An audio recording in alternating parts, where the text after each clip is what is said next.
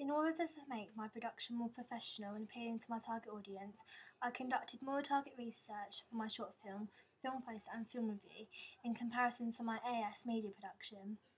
The audience feedback that I received from my research was really valuable to me and allowed me to understand my audience to what they like and dislike. There are many different methods I could use for my audience research, but I felt that by conducting a questionnaire for my target audience to fill in, it'd be less costly, time consuming. But at the same time, I would gain valuable feedback for my production. Once I came up with the narrative for my short film and what my characters, location, and props I wanted to use, I conducted my first piece of audience research by giving my primary audience a questionnaire to fill in with both closed and open questions so that I could gain both qualitative data and quantitative data.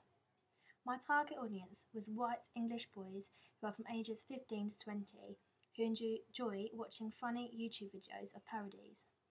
Being in an upper school full of boys, I was able to hand out my questionnaire and gain the feedback from the right primary audience.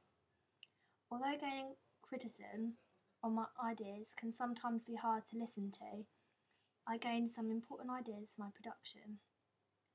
At first, I was thinking about having a voiceover in my short film to narrate over the actions, and my target audience did consider this at first and say that it might be a good idea. But instead, I went with my gut feeling and decided not to, as I wanted my target audience to focus merely on what my characters had to say. Gaining audience feedback was really helpful, even though I did decide to go with my own thoughts and ideas. My target audience helped me decide on what location to film at.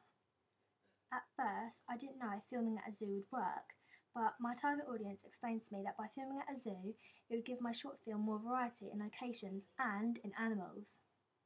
As well as using a questionnaire on my target audience, I also use interviews to gain detailed opinions and thoughts, as my interviews are quite time consuming, but I also gain some good quality data.